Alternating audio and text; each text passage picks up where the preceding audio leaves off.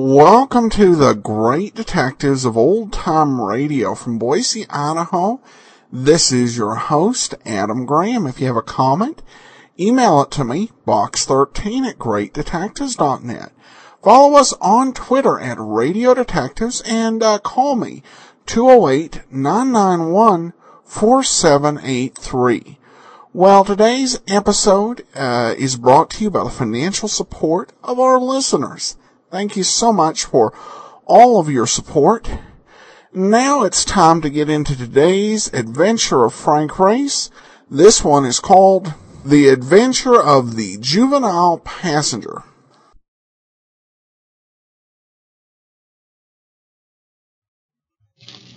The Adventures of Frank Race, starring Tom Collins.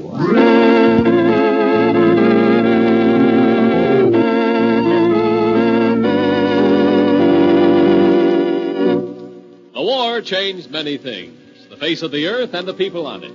Before the war, Frank Race worked as an attorney, but he traded his law books for the cloak and dagger of the OSS. And when it was over, his former life was over, too. Adventure had become his business. The Adventures of Frank Race.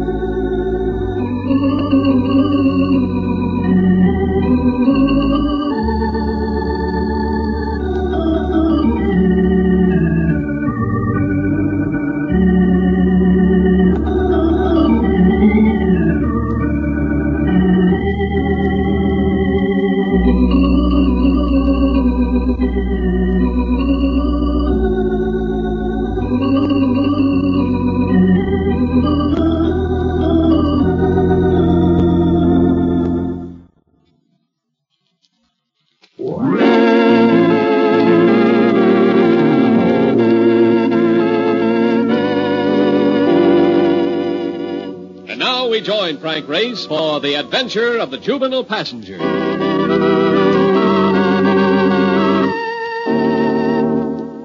The evening had been a turkey. Following a dull dinner, I'd been collared by my hostess, a woman with about as much depth as a wading pool. The conversation had been a 3-hour filibuster, with me effecting my escape only after a farewell scene that would have odorized any little theater in the land. So now I was settling into bed with a sigh of relief. The windows were open, the light was out. I could call it a... No. Yes? Well, about time you got home. Where you been? Well, let's not talk about that. What do you want? I'll be parking a cab in front of your place in about 5 minutes. Will you come down? For heaven's sakes, why? I got trouble, Race. I need your help. No, bring your trouble up here. I'm in bed. That's just it. I can't. You gotta come down, Race. I need you. All right. But make it 10 minutes.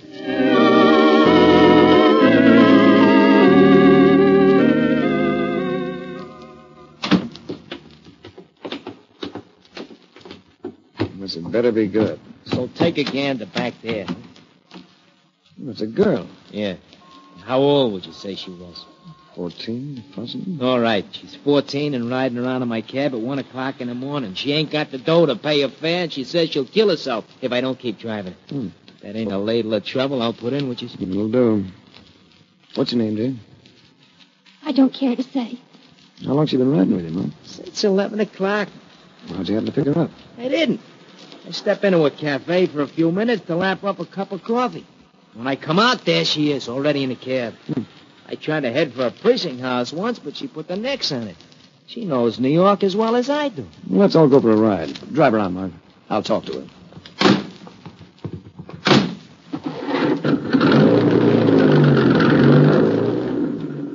You can tell me your first name. That wouldn't give anything away.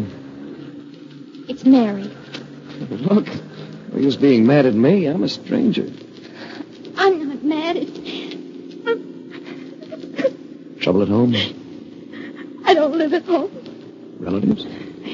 I stay at an orphanage. Nothing wrong with that. No, there's nothing wrong with it except... Well, how would you like it if someone were trying to send you to jail? Someone at the orphanage? Just the head of it, that's all. No one can send you to jail if you haven't done anything wrong. She claims I steal things. I don't, but...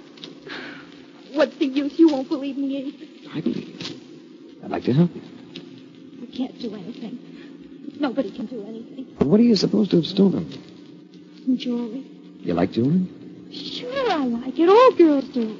But I didn't take any, even if they did find it in my mattress. Well, then tell them so. Well, let me take you back. No. Well, you can't keep riding around in this cab all night. Nobody wants to help me. Nobody. I said I'll help you, and I will. Don't forget about going back to the orphanage. But you must have friends, someone with whom you can spend the night.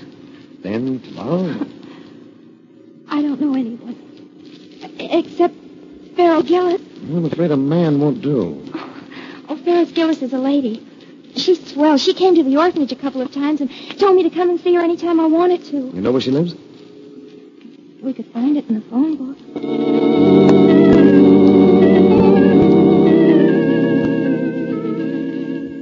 We found it in the phone book. An apartment hotel in the 60s, a place called the Wellington Arms. But the lady we sought seemed to be out.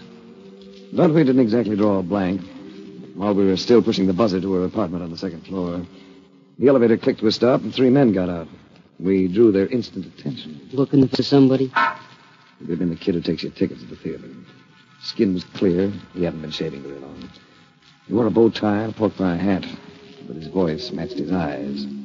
His eyes had all the warmth of wet pebbles. You heard me. You can turn off that look of inspection. I ain't liking it. We came to see Farrell Gillis. Who's the kid? Her name's Mary. Mary what? What difference does it make? It's all right. I'll tell him. It's Leonard. Mary Leonard. Reads like an act to me. Vinny, you and Lou take him down to the car. Fogle might want to look at him. I'll go through the apartment. You may as well all go through the apartment. The youngster and I are going down by ourselves. What are you trying to do, act hard? I figure you ought to go downstairs with the boys. What do you want, a written invitation? I just want to be understood, clearly. I have an automatic in my pocket. I'm gripping it. Take the elevator, Mary. Get onto the cab. Tell Marc I may be able to use him. Scoot. All right. You don't think you're going to make me stick, do you? I'm willing to try. What's the matter, Vinny? Need a smoke? Keep your hands where they are. You can wait. You know, I figure you do have an iron in that pocket. Clever of you. But I'm figuring something else, too. You didn't expect to run into us either. Who'd want to? So I'm betting the iron ain't loaded. You go to a lot of trouble, don't you?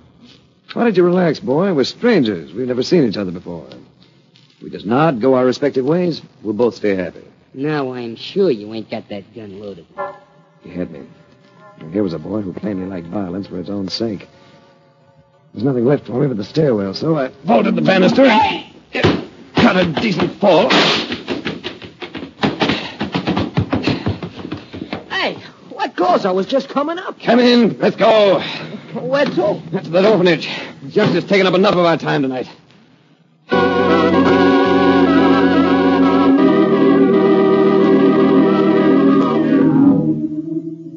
There were cars parked in front of the orphanage. The lights still on inside. In the office, a sort of conference seemed to have taken place. But we got an instantaneous reaction from a woman of about 50. A woman whose face suggested that she wanted no fun out of life and resented anyone else trying for it. Well, just where have you been, young lady? Who is this man? Mrs. Barkley. She's head matron. Good evening, Mrs. Barkley. Well? My name's Race. I'm a private investigator. I'm acting on this young lady's behalf. Gosh. You are you? Well, I'll have you know. Pardon me, Mrs. Barkley. Where did you find this girl, Mr. Race? I have a friend who drives a taxi. Mary was one of his fares tonight. And she seemed upset, and he found it a problem. So he called on me. I see. I don't believe we've met. Oh, I'm sorry. I'm Paul Westerhaven. This is Miss Doris Sanford. Possibly you know Winthrop Gravel. Everyone does. Paul Westerhaven. Plays polo the way Stan Musial plays baseball. Horses and money. Plenty of both. Doris Sanford I had never seen before. A definite loss on my part. She was lovely even under the glare of a light that gave Mrs. Barclay's face the look of a boiled potato. If you were any kind of a sharpshooter, Winthrop Grable was a name to flinch at. He scribed a hard-hitting newspaper column that went in for reform. You might be interested to know, Race, that we're here because of this girl's disappearance. She's utterly incorrigible. We've been able to do absolutely nothing with her. You ever try being kind? Well, it is somewhat of a problem, Race.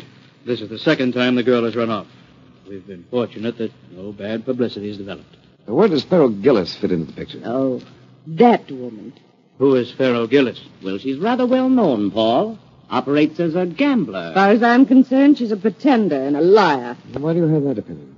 A month or so ago, Miss Gillis promised to donate the cost of a new building to the orphanage. She seemed quite enthusiastic at the time, but nothing came of it. Well, if you don't mind, we're going to say goodnight. I'll come and see you tomorrow, Mary. We'll talk this over. All right. And if I've seemed to have brought Mrs. Barclay, I apologize. I don't imagine your job is a breeze by any means. Certainly isn't.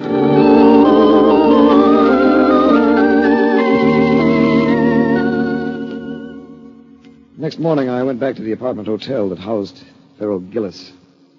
The manager, a pink-skinned man with a mouth that puckered as he talked, was still agog over the shot that had been fired the night before, but didn't connect me with it. When I mentioned Farrell Gillis, he puckered and shook his head. No, she hasn't been here for a week. She often goes away like that, but never tells us where. Well, know anyone else who might know where she is? No one. She's a very strange woman. Gambles, you know. How about her lawyer? I don't believe she has one. Know where she banks? She doesn't. I know that for a fact. Everything in cash with Miss Gillis. It's an idiosyncrasy of hers. Always carries cash. It pays us in cash, pays everyone in cash. It must be a gambling instinct. You're quite like me. Well, thanks. Oh, that's all right, Mr. Racer. Didn't you say you were an investigator? Yes. Well, I'm always willing to help investigators. Always.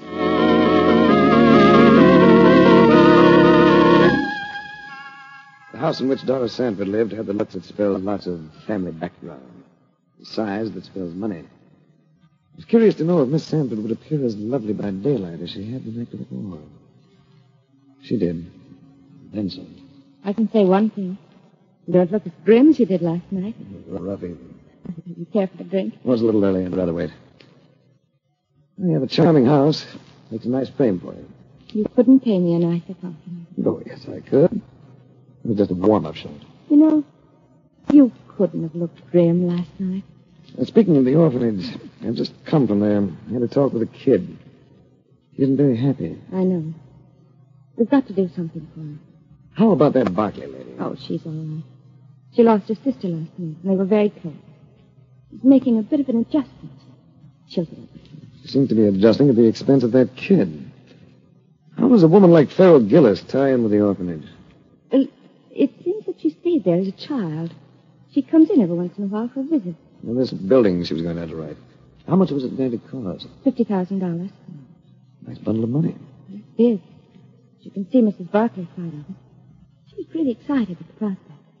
That drink you mentioned, couldn't we have it somewhere nice? And dinner to go with it? Sounds as though it might be fun. But you have another engagement. I could break it. Couldn't I? I like the way you say that. Will you call for me? With my hair combed and my face a shine. All right, Ray. It's a date.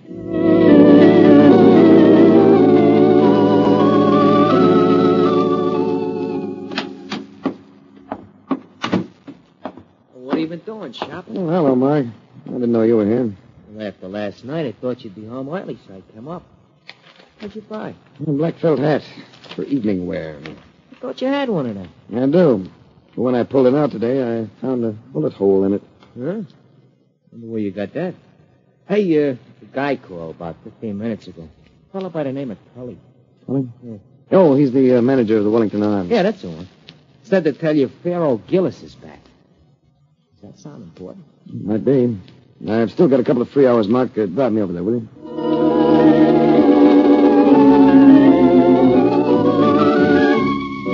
I found the door to the apartment slightly ajar, so I knocked. I thought I heard a voice say, "Come in," so I did. She was reclining on a divan, a woman of perhaps 60. She had a theatrical look. Skin was heavy with makeup, her hair tinted a flamboyant red. She was smiling at me. and the set of her features indicated that she was used to smiling. There was only one thing wrong with the picture. Someone had stabbed a knife into her chest. She was dead.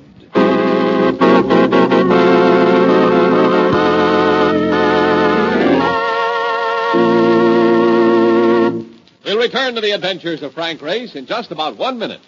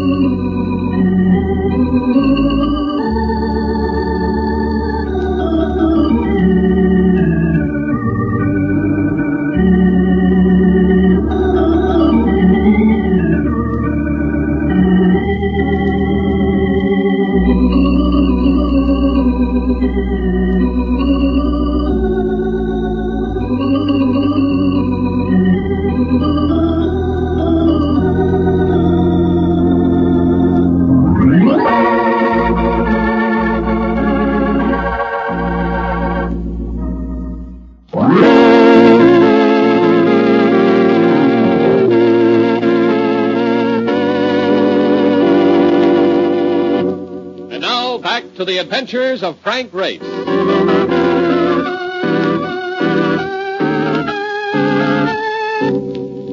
Finding someone murdered always presents one serious problem. Should you notify the police? If you do, you're going to find yourself involved. If you don't, you may find yourself even more involved. But this time I didn't have to carry out my decision. Just as I picked up the phone, a voice spoke to me in the same soft tones that had invited me into the room. I wouldn't do that if I were you. He stepped out from behind a bookcase partition. And dapper serves as a one-word description. It had been something from a style page in Esquire. He even had the leer to go with it. With him was Slate, the lad who had caused me to vault into the stairwell. The hood called Vinny was also along. I'm Johnny Fogel. The lady is a friend of mine. If we're going to discuss the lady, we may as well get into the past tense, don't you think? Yeah, you see, Johnny, you're sugar cookie, like I told you. You ain't gonna get nowhere with him unless you raise a few lumps on him first. Were you a friend of the lady? To my knowledge, this is the first time I've ever laid eyes on her. Maybe I should have said the lady was a partner of mine. Yeah, I understand she was in an interesting business. The most interesting business there is. A few weeks ago, she made a killing, a real big killing. Yes? I gave her the tip that clicked for her, so I sort of figure that now she's gone, Lord rest her soul, I'm straight in line to be the heir to what she left behind. I suppose that's a logical pattern of reasoning for a person of your temperament. Talk so Johnny can get what you mean. Never mind, Slate. I get what he means. And I think he gets what I mean. Let's not waste each other's time, Paul. Don't reach for that phone, pal. You ain't gonna call nobody. Frisk him, Slate. I wouldn't worry none, Johnny. He's got a gun, but it's never loaded. I'd take it just the same. Keep it for you, John. You see, Race? It's like this. You coming in here made it kind of embarrassing. A little embarrassing for us, more embarrassing for you. Because it ain't gonna be sensible for me to let you go walking out, is it? You want something, Fogel. What is it? Pharaoh's better than 50 grand. And by the way every drawer in the apartment seemed to have been so neatly emptied, I'd say you'd been looking for it. Pharaoh wouldn't have been keeping the dough here. She wasn't that kind. I haven't the slightest idea what Pharaoh Gillis was like. You may as well know that I can't tell you a thing about her money. That's the trouble with you guys. You always want to play a lone hand. Let's get him out of here, Slate. Start moving, Race. And this time you ain't getting away with no phony moves. As Slate pushed me past the door, Fogel lingered for a last look at Pharaoh Gillis, which meant that Slate and I started downstairs by ourselves. He insisted on walking right behind me, so after about 6 steps, I simply sat down in front of him. He instantly went over me and crashed on the landing below. I leaped after him, but there was only time to regain my pistol before Fogel appeared at the top of the stairs. Drop that gun, Race! I went the rest of the way on the run, past a gaping manager in the foyer, up to a gaping Mark Donovan at curbside. Oh, not again. Every time you go in that place, you get chased out by bullets. Get me home in a hurry, Mark. I'm due to pick up a most attractive girl in less than 30 minutes.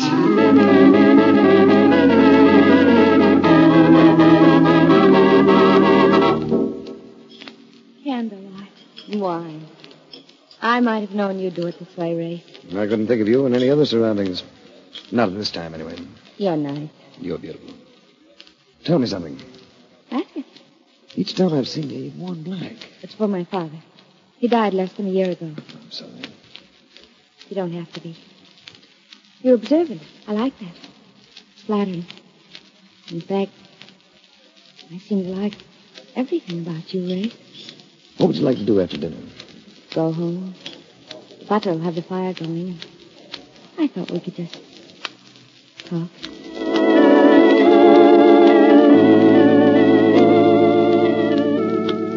The fire was going, as she'd promised. And for the first time in years, I munched freshly roasted popcorn dripping with butter. I love this house, Ray.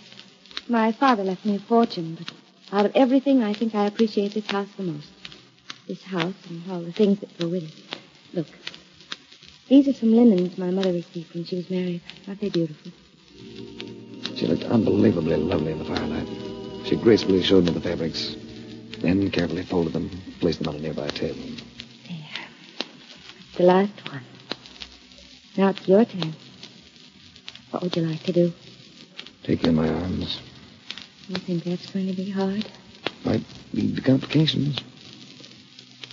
You know, you show signs of being a very domestic young lady. Why don't you kiss me? You'll find I have other qualities, too. I beg pardon, Mr. Draper will see you. I'm just going to barge in, Doris. Oh, I didn't know you had company. This is Mr. Race. You remember Winthrop? You met him last night. Oh, yes, of course I remember. I came to see you about that youngster. She's been arrested, Doris. Arrested? Mary Leonard? Well, it seems that Mrs. Barkley made a report to the police about the missing jewelry. Oh, no. We'll have to run down and get the child out. Well, I'm afraid they don't grant bail on a murder charge. Murder? Murder? One of the items the police recovered from the girl was a diamond earring. The mate to it was found today in the apartment of Pharaoh Gillis, along with Miss Gillis's body. So it seems that the orphanage has been harboring a juvenile murderess.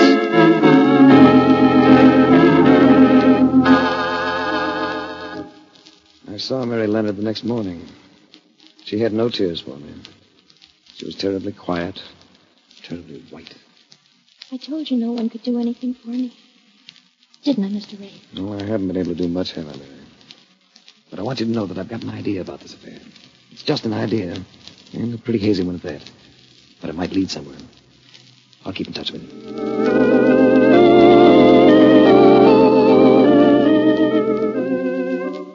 For the rest of the day, I had Marc out gathering information while I busied myself doing the same thing. We got together at 5 o'clock. Hey, you know something? You were right about that Gillis thing. She flipped Doe around like nothing. And the moolah she give away. I should have known that lady. Did you visit Mary Leonard? Yeah, I saw the kid. Yeah, Ray, she's scared. She's really scared. They're going to have to let the newspapers in on a deal unless you turn up some.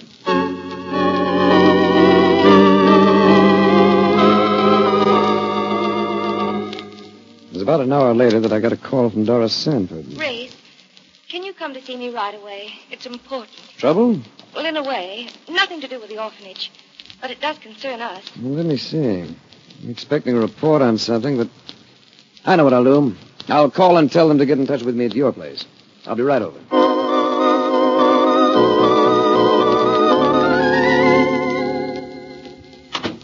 It's Winthrop Grable, Race. He thinks he's in love with me. And he's become insanely jealous of you. Can't help that, can we? After all, he's a big boy now. But he can hurt you with that column of his. There's a phone call from Mr. Race. I took it in the library. It was the report I'd been waiting for. When I got back to Doris, I found Winthrop Grable with her. He greeted me with a frigid nod. His face was flushed, but his eyes had a too bright look. Was it the call you've been expecting, Race? Yes. It seems that Pharaoh Gillis not only made a promise to give $50,000 to the orphanage, but she actually delivered the money. What are you talking about? Pharaoh Gillis always did everything with cash. And that's the way it was handed over. $50,000 in United States currency. I guess it was too much for the party who accepted it, because nothing was ever said about it. And that's why Pharaoh Gillis was murdered. So where do we go from there? To the fact that Pharaoh Gillis wasn't murdered just to keep her silent. Drawers and cupboards had been emptied in the apartment. She'd evidently obtained a receipt for the money, which the killer wanted, and got, I believe. And I suppose you know all about the killer's identity, eh? I do know. Who did it, Race? You did, darling. I got my lead on that from the way you folded those linens last night. The way I folded the linen. So carefully, so meticulously. The same way everything was handled in Pharaoh Gillis's apartment. You were disturbed before you could put the things back, but you left everything so neatly piled. You're being ridiculous, Race. I just inherited a fortune from my father. I know. But this afternoon I learned that it wasn't a very liquid fortune. Not much money. So inheritance taxes were going to cripple you. Make you sacrifice a big slice of your holdings. I think the courts will accept that as a pretty good motive. You're wrong, Race. No, I'm not. The item I particularly don't like is the way you set that little girl up for a patsy. Framing her with some frowsy jewelry. Planting the stuff so she'd not only be suspected of thievery, but of murder as well. When this man is trying to frame me. Yes, but he's not going to get away with it. Put that gun away, Grable. She's making a fool of you. No, you've been trying to make a fool of me. Making passes at her when you knew she was engaged to me. This is the last pass you'll make at any woman. Why, you... Sorry, Grable. I can only allow you one miss. Oh! Race, Yes, dear. I've been thinking of taking a trip to Lake Louise. Why don't you come with me? After all, you can't prove I did anything. The receipt is no longer in existence. Nor the duplicate.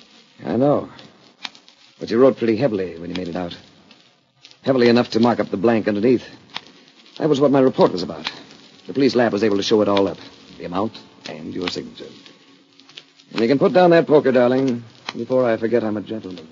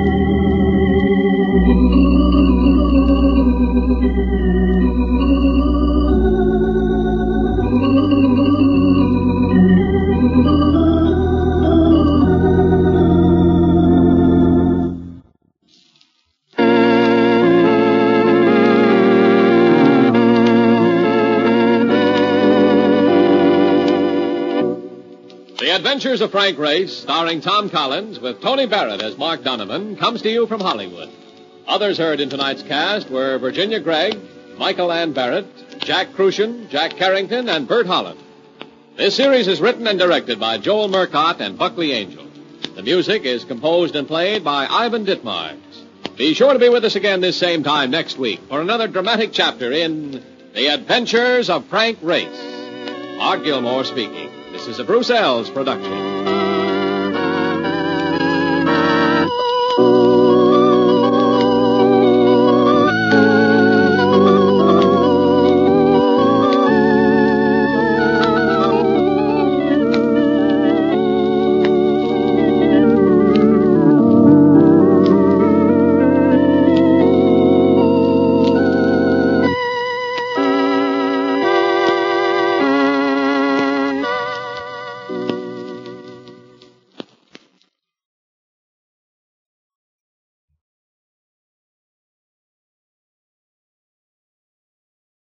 Welcome back. I'm a big fan of The Adventure of Frank Race and its musical bridges and theme music, which makes these episodes over these next few weeks kind of disappointing in one way regarding the sound quality. Now, I'm sure Andrew will do what he can with these episodes, but when I'm listening to it on first impression, I hear more snap, crackle, and pop during that stirring theme, particularly at the end, than a bowl of Rice Krispies. Once again, Race finds himself very unlucky with the women who fall in love with him. or at least pretend like it in hopes that he will never consider the possibility that they did it. Well, that will actually do it for today. For those of you who have the app or the premium site, we'll have another syndicated series that starred Tom Collins in the opening episode. This one is called The Greatest of These. And then join us back here on Monday for another adventure of Frank Race. And tomorrow we have The Fat Man. So, all right, well, send your comments, box 13 at greatdetectives.net. Be sure and fill out our listener survey, survey.greatdetectives.net. And follow us on Twitter at Radio Detectives from Boise, Idaho. This is your host, Adam Graham, signing off.